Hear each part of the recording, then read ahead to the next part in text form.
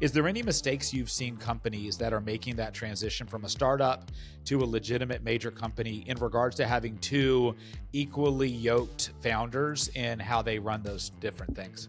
Yeah, so it sounds like you're on the right page. Where it goes wrong is when the partners or the founders are not on the same page. And so they have very different visions.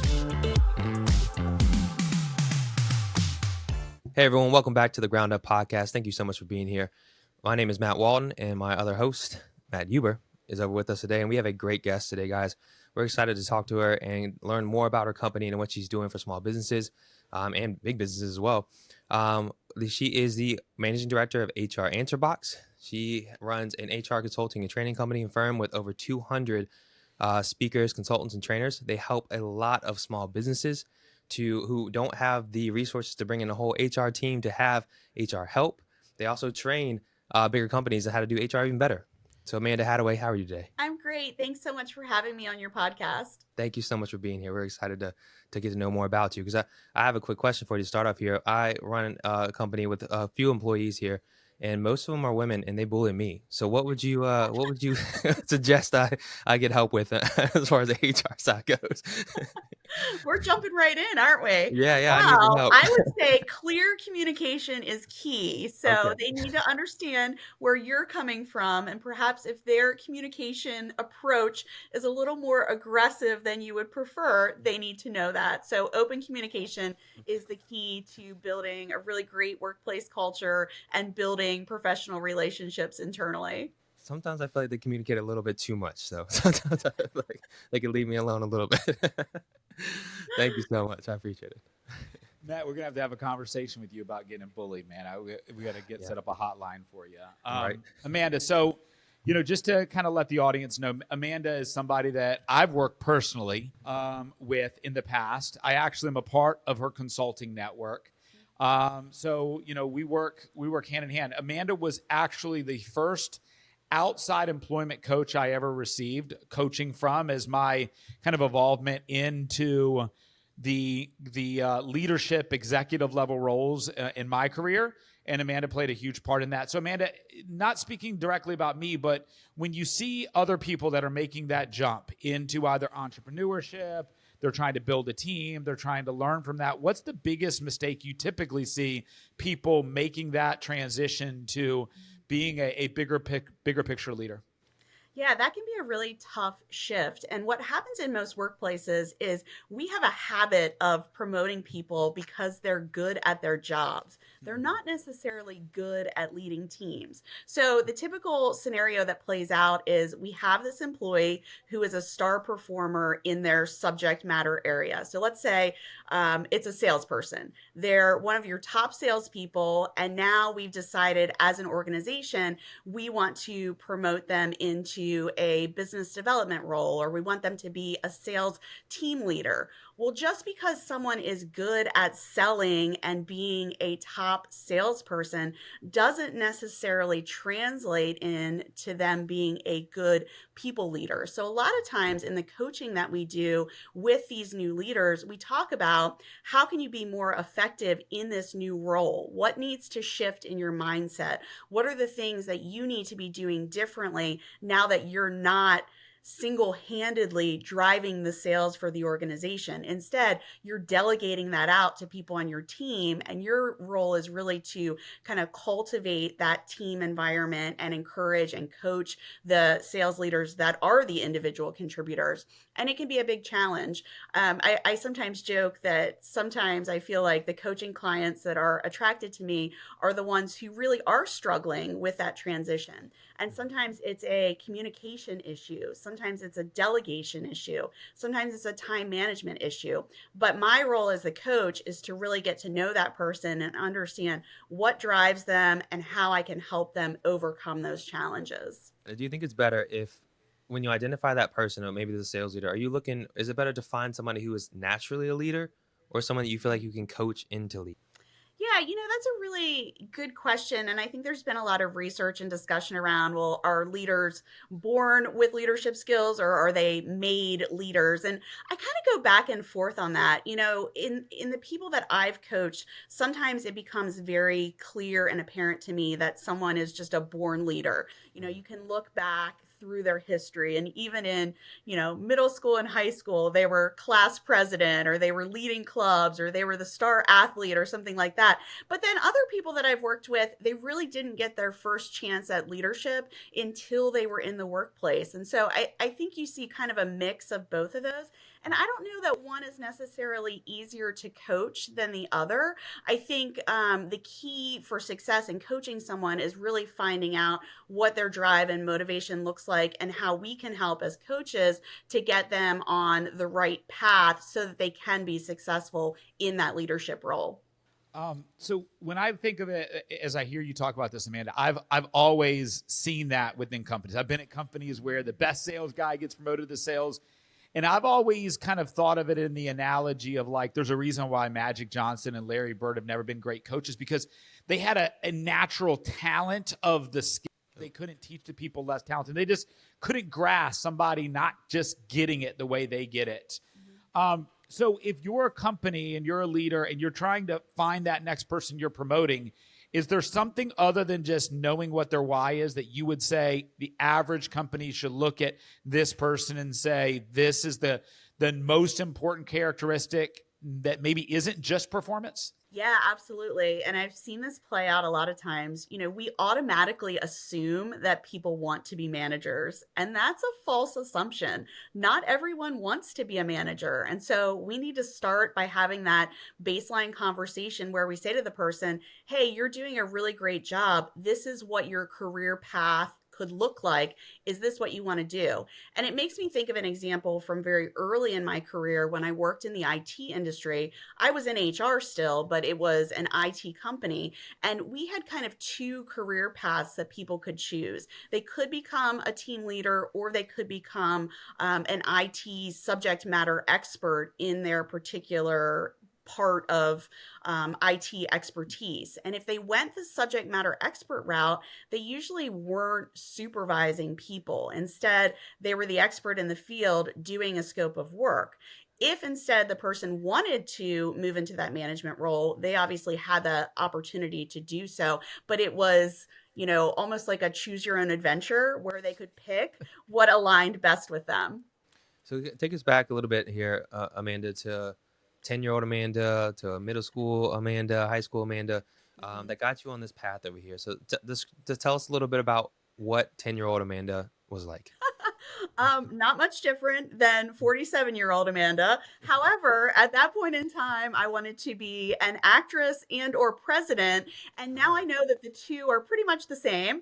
I do not have any desire to be in public office. However, running your company is being a president of sorts. So I kind of carried out that career path. But you may find it interesting that I got into HR accidentally.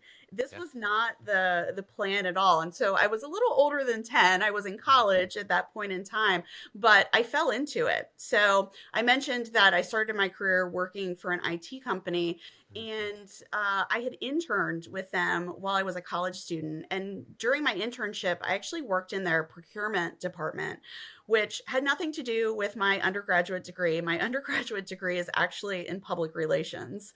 And so I started interning for this company, had a really good experience, got to my senior year. They invited me to interview for a full-time position, and they ultimately hired me to be an analyst. And in the government contracting IT space, analyst is just a fancy job title for report writer. So I started working on a contract, and the contract was with the government. It was actually with TRICARE, which is military healthcare. You may be familiar with that platform. And maybe a month into the project, my project manager came to me and said, unfortunately, we've lost funding.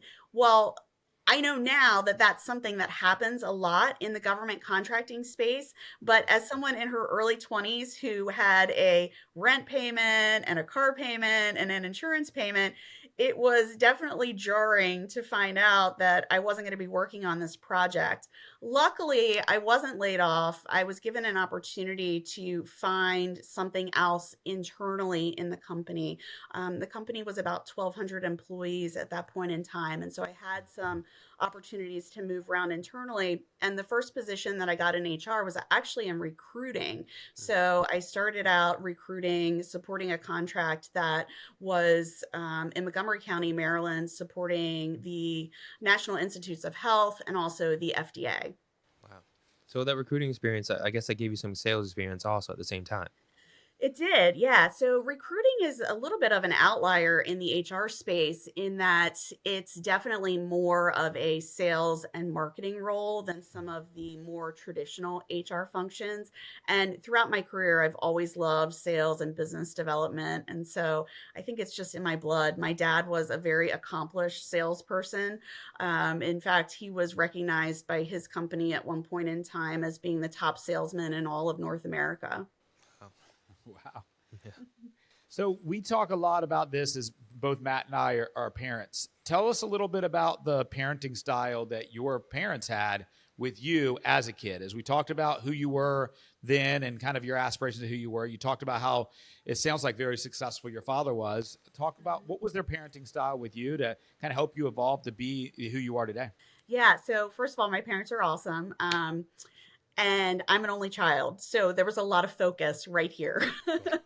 And I think growing up as an only child, you tend to put expectations on yourself that maybe even aren't coming from your parents. So I knew from a very early age that I needed to do the right thing. I needed to follow the rules. I needed to grow up and be successful. And I sometimes joke, and my mom hates when I say this, but it was very clear to me when I went to college that the expectation was that I graduate in 4 years and that upon graduation, I have a full-time job with benefits and that I'm able to support myself. My mom always told me growing up that she didn't care what I did for a job as long as I was able to afford myself, I think was the way that she put it. When you eventually made this shift to kind of do what you do today, talk to me how that jump made that jump. Like, so you were working in the corporate world, you decided to do what you do today. How did that transition happen?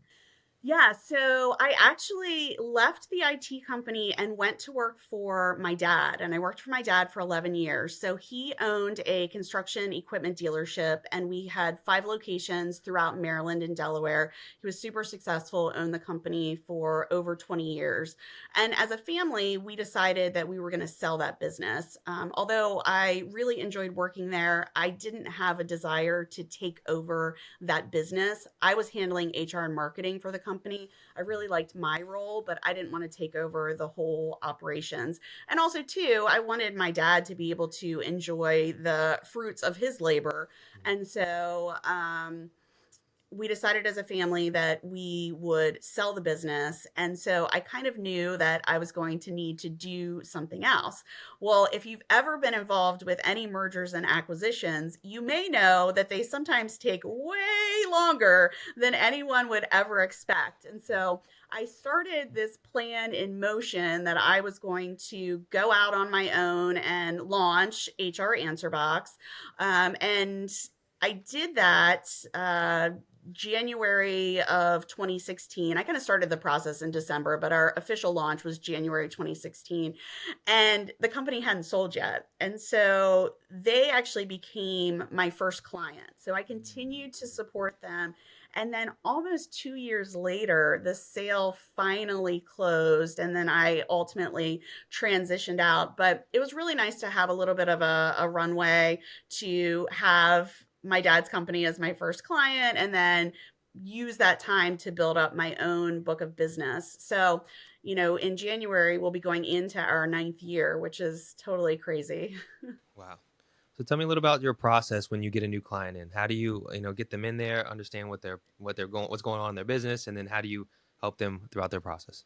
Yeah, so I'm a natural problem solver, so I like to find out exactly what the problem is. And I sometimes joke that no one ever calls me because they're having a good day. Normally, they call because they're in the midst of some crisis and they need an immediate response. And that's fine. We're super responsive and willing to jump right in and help our clients. But once we get past that initial time sensitive hurdle, I like to get to know the clients, learn about their cultures, learn about their challenges, and get them thinking more proactively versus reactively about HR to really help them get in a place where things are running smoothly. They're taking care of their people, they're thinking about HR strategy, and they're really setting themselves up as an employer of choice. It's no surprise that all across the country, we've been experiencing very low unemployment for several years now. And so the job market is super competitive.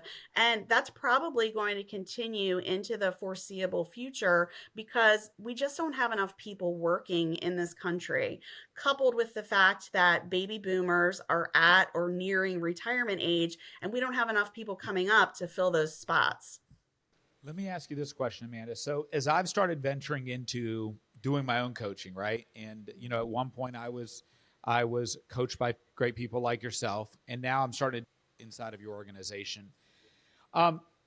As a coach, help me understand maybe what the best advice you would do. Would you say that as a coach, you should be responsive, as you mentioned, and also just reactive? Or should I be taking proactive thought into kind of exercises and questions that I should be bringing to let's say if I meet with a person I'm coaching every 2 weeks, should I be coming to the table with an agenda every week, or just letting them come to the table and letting them ask me as many questions as they want and me kind of try to help solve the problems?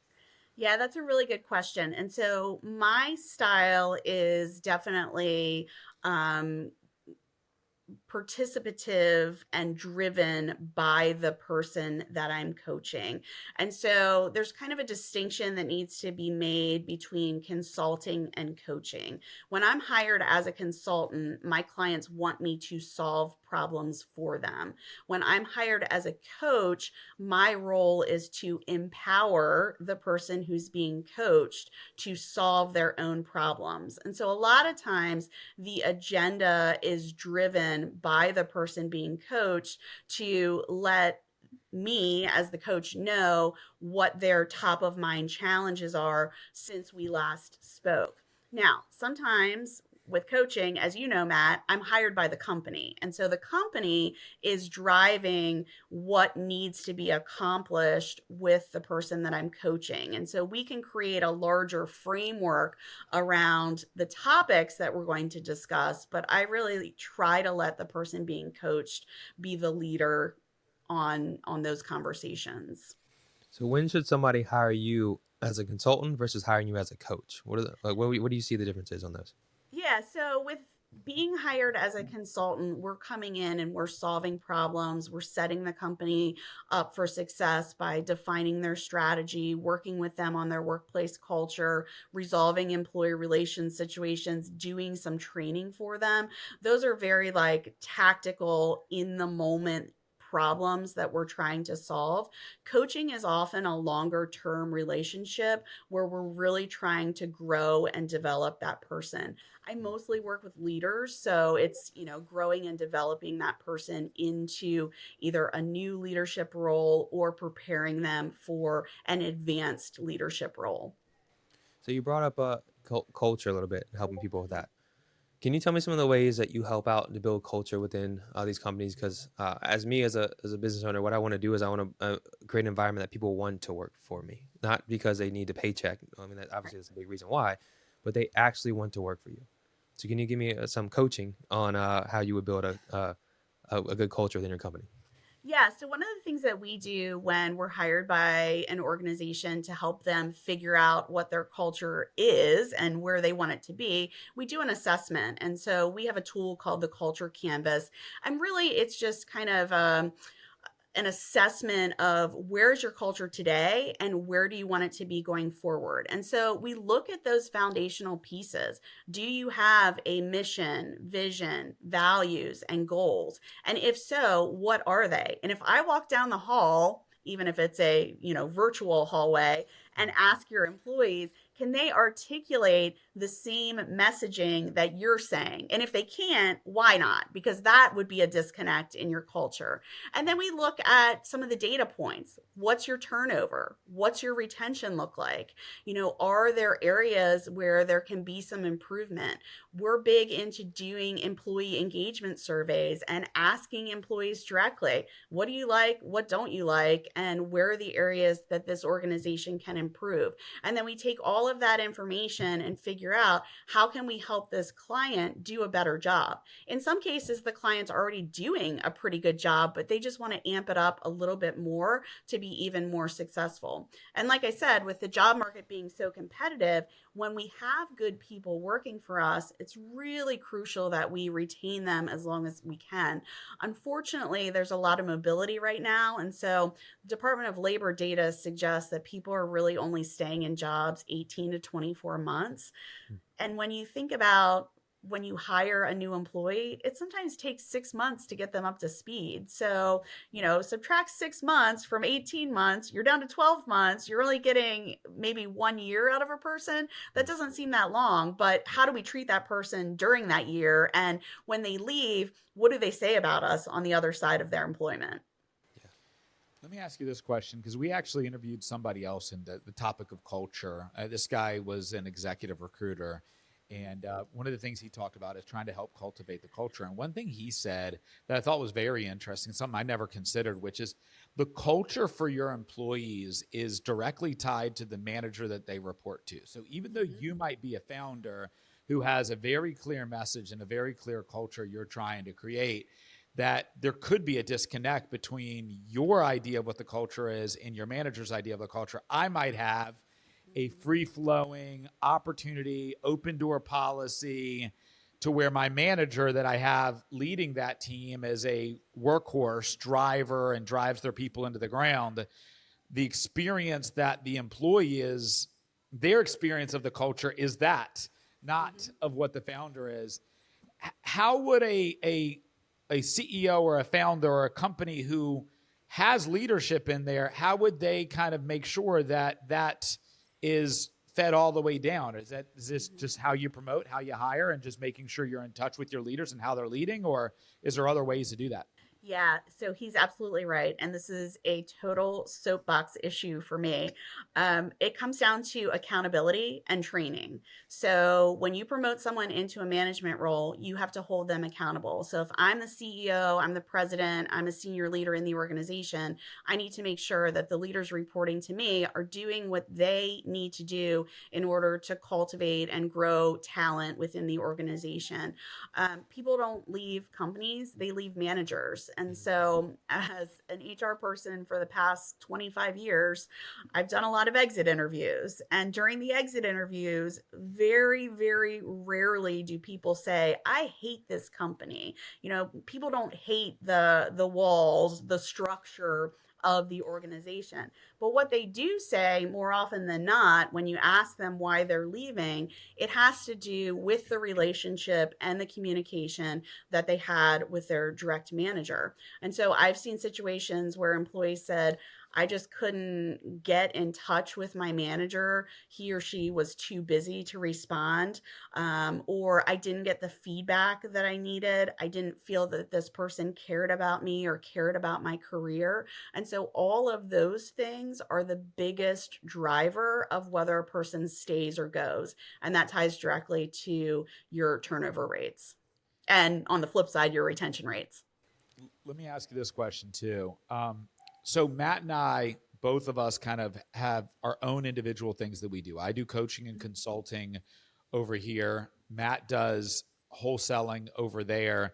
And then we have a joint business together where we offer outsourced staffing to a lot of companies, both on the sales and the non-sales side. Now, Matt and I, so far, early in our partnership, have really figured out a way to align our leadership styles and our coaching styles as they go. Now, I'm trying to look 5 years from now, 10 years from now, as we really grow this business to something substantial. Is there any mistakes you've seen companies that are making that transition from a startup to a legitimate major company in regards to having two equally yoked founders in how they run those different things?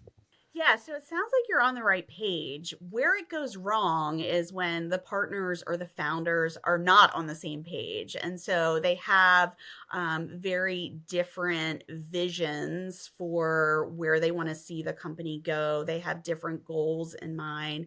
And that creates kind of a chaotic and anxiety driven environment for the employees. So, as long as the two of you are working together on your messaging and laying out goals and defining the mission and the vision and the values that you want your employees to embody, then it sounds like it's going to go pretty well. When that communication breaks down or there's a difference between the founders, the partners that you can't come to terms on and it can't be mediated, that's where we start to see fractures within the organizational structure.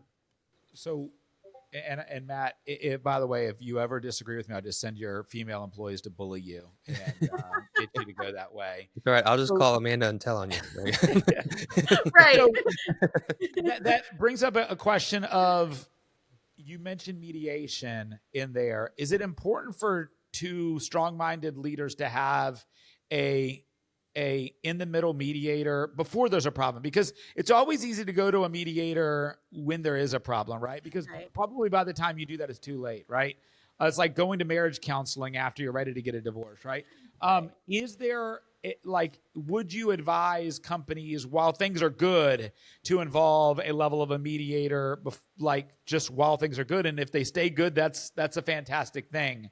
But you mentioned mediation. What are your thoughts around that?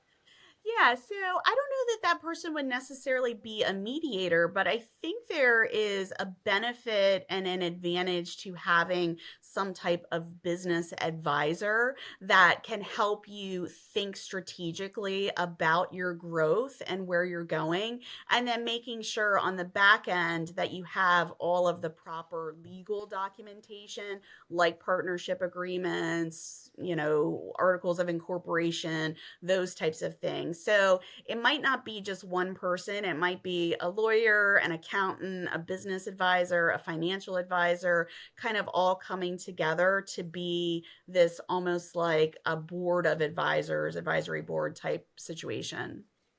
Yeah, right now we have I have Mary, my assistant, that just tells us, who's right and who's wrong. Another board. That's our Another board of board. advisors. Yeah, and that works at the size you are now, but as you continue to scale and grow, you may find that you need some other people. I actually work with a local distillery on an advisory board like that, which is, by the way, super fun because we're paid in products. I mean, what's not to like about that? Yeah. And we get together quarterly, and it's really a mix of professionals from a variety of industries. So we have someone who works in the alcohol production industry, we have a lawyer, we have a commercial real estate broker, we have me, we have marketing people. It's really every facet of your business. The owner is a young woman, and she has assembled this advisory board in with the knowledge that she doesn't know everything. And so she can come to us when she has questions that are specific to our areas of expertise. Awesome. So what size businesses typically reach out to you guys and look for help with you? So our smallest client only has 3 employees, and our largest client has several thousand. So it really ranges. I would say for HR consulting specifically, the companies tend to be between 50 and 250 employees, but we don't limit to that. We offer training to some of the larger businesses. So when I say, in the thousands, those are typically our training contracts. Yeah, because then you'd have to be HR for thousands of people, and that would take up a lot of your time. Well, and those companies have in-house HR departments because usually when a company gets to somewhere between 50 and 100 employees, they decide to bring HR in-house because there are more compliance requirements. There's more of a need for that kind of day-to-day management of the human resources operation. Right now, today, Amanda, and we'll kind of wrap this part up here. What percentage of your day is running HR Answer Box versus today actually doing the day in and day out coaching, advising, and consulting? I assume, based off of what I understand about you, it might have that role might have transitioned to where you're more running the business than being in the business at this point, right?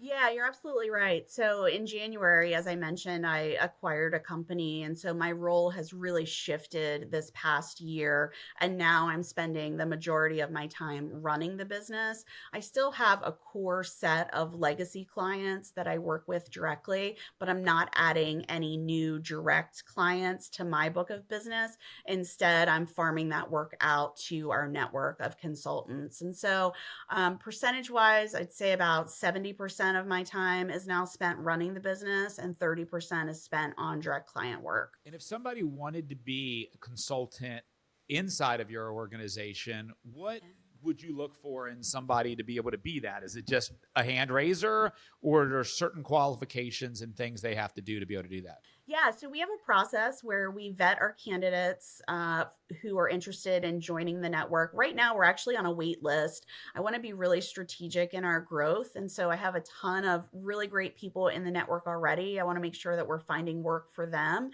before we add additional people. But we certainly look at their background, their experience, references that they can provide of work that they've done, and if they fill any gaps that we don't have. So, we have some people who are more generalist in their roles, and then we have some people who are very niched down in their areas of expertise. And so the people who are working in those niched areas, I'm not contacting them every day, but when I need them, right? So one example is I have a person who works with people doing accent modification, and this helps them to become better presenters. I have someone who works with people who are relocating internationally.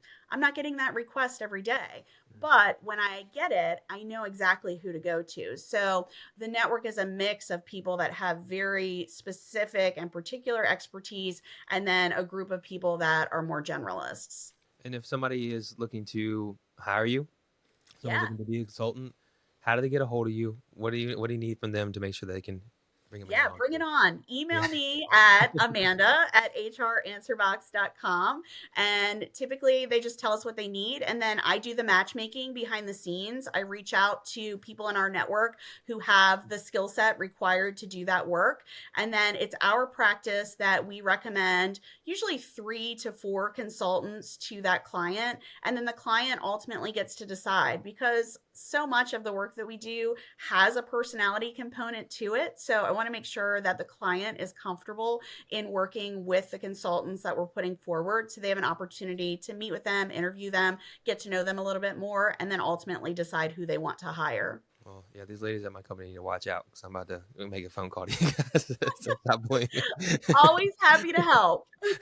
And by the way, one of these ladies is my wife. So That's fine. We work with lots of family businesses, and having a background in working in my family's business, I do understand that dynamic, and it is a little bit different than a true corporate environment. So a little bit nuanced. absolutely awesome. Well, thank you so much, Amanda, for that. We're going to move over into another segment of our podcast here, where we kind of ask you questions. We look for quicker answers. A lot of times it doesn't end up being quicker answers because we kind of ask open-ended questions too as well. This is meant for you to just kind of come back with quick answers, give tips for people, and talk a little bit about yourself also. Okay, sounds good. You want to start it off, Matt? Sure. At what point in your life did you decide you wanted to be an entrepreneur? So I come from a long line of entrepreneurs. Both my mom and my dad were in business for themselves, as well as my grandmother owned a restaurant at one point in time. And so I think it's just genetic. I don't know. Just sometimes you just have to do what your parents are doing and understand. Well, if you see them do it every day, then you feel like you have to do that too as well. Yeah. And I would add, it's the best decision I ever made. I don't know that I could go back into a true corporate environment. I really love the flexibility and the freedom. I work harder now than I've ever worked in my life, but it's for myself. And so I'm building something. But you enjoy it. Absolutely. Right. Awesome. So what are 3 top complaints you get from employees that are leaving companies? Oh, 3 top complaints. I hate my manager. I don't have any job growth here. And I'm just miserable. Fix me. Okay. Small task there. Yeah. I didn't say they were solvable. You just asked for the top complaints. You're right. In your business, describe your leadership style in 3 words. Oh my gosh, that's a tough one. Responsive, approachable, and problem-solving focused. Is problem-solving focused one word? We're going to hyphenate that Yeah, so it's it one counts. word. There are like 3 different we'll it's one combine word. it all together in one word. Yeah. All right, awesome. Thanks. What are some of the best traits that you see in great leaders? Communication. And not just talking, but listening more than you're talking. Yes, it's great you say that. I'll give a compliment to Matt over here when he was my manager. One of the things I told him that I loved about his management style is that he communicated very clearly, overly communicated sometimes, about everything that they were doing. So he'd bring us into conversations and say, hey, this is what the plan is, and this is what we're looking to do. And he would bring you into that. And so you'd feel like you're a part of something as you grow. So I think that's 100% true. What are some of the biggest characteristics of a poor leader you've seen? Not being accessible and being so set in their ways that they're not open to receiving ideas from the team. Very close-minded. Gotcha. What are some of the tips you have on companies trying to build a mission, a culture, and when they're growing their business? Yeah, so there's a whole process to go through for that, and it's not something that can likely be done overnight. Instead, you need to think about, why did we go into business in the first place, and what are we trying to achieve here, and really have good discussions, not just with the founders, but people at all levels of the organization to get their feedback on that. You mentioned that because you're an entrepreneur, you work harder because you're building something. That's the exact same experience that I have is I remember talking with my dad about him being an entrepreneur, and he talked about the difference between this and being an employee is you have to wake yourself up every day and run through a brick wall. I've not found that difficult. It sounds like you've not found it difficult. But what is the primary difference from that person who has that internal drive? Is it something that they have, or they just have to build it? I think for a lot of entrepreneurs that I've worked with, and I observe this in myself, it's something that's intrinsic. It's part of your personality. You definitely have to be really driven and have a strong work ethic. Those things are kind of hard to develop if it's not something that you naturally have. If I didn't set my alarm and have the desire to get out of bed every morning, there's no one that's forcing me to do that because I'm my own boss. Now, would my clients be upset if they couldn't reach me? Yes. So there's that level of accountability, but clients aren't truly your boss in the same sense of when you work in a corporate environment and someone's expecting you to show up at a certain time every day. So to piggyback off of that before Matt goes, how do you manage your personal life with being a very driven entrepreneur who's focused on growing something? Yeah, this has probably been one of my biggest struggles because I work primarily from my home office. And so I have a habit of saying, oh, yeah, I'm just going to go check email. And then 3 hours later, I emerge from my office. So I'm a work in progress on that. I'm doing a little bit better where I try to be respectful of my own work-life balance, but also for the consultants that are in the network. So I try really hard to only email and communicate during kind of core business hours. I try not to email on the weekends or on holidays. Again, I'm not perfect, so it does happen sometimes, but I do make an effort to do that. Yeah, it's hard to do. Matt will send me messages at 10:30 at night. He's like, "Hey, this is what we got to do." Like, all right. They're scheduled texts. I'm not working that late. But The problem is though that sometimes, and I know I'm this way, when I get a message, I feel compelled to respond, Mhm. even if it's outside of my standard work day. And so on my phone, I use Outlook, and they have this feature that's like a snooze feature. And so it doesn't pop up a notification between on my phone 6 p.m. and 6 a.m.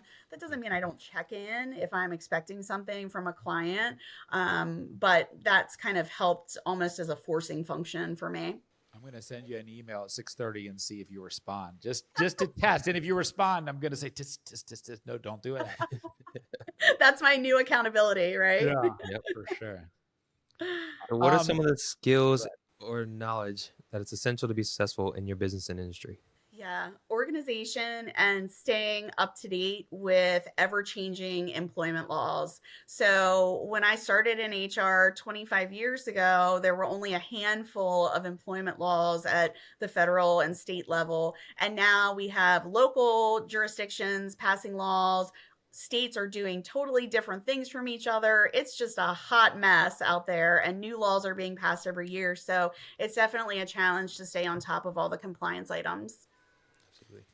does does the change of political landscape, does that affect the difficulty of your job and or the potential ease of your job? Like when you're going through this period we just went through where we just elected a new president and new local government effect, does that create like some sort of frustration to you or add additional work, or is that kind of less involved on a month to month or daily or election cycle? It's just an evolving thing in politics in general. So, always near an election cycle, we get a lot of questions about what am I supposed to do with my employees if they ask for time off to vote? And then the secondary set of questions is what am I supposed to do if my employees want to talk about politics or the election results? And so, sometimes this can turn into a more significant employee relations issue, but generally speaking, most of our clients have some sort of policy regarding communication in the workplace and what is and isn't appropriate. That's also embedded into their culture.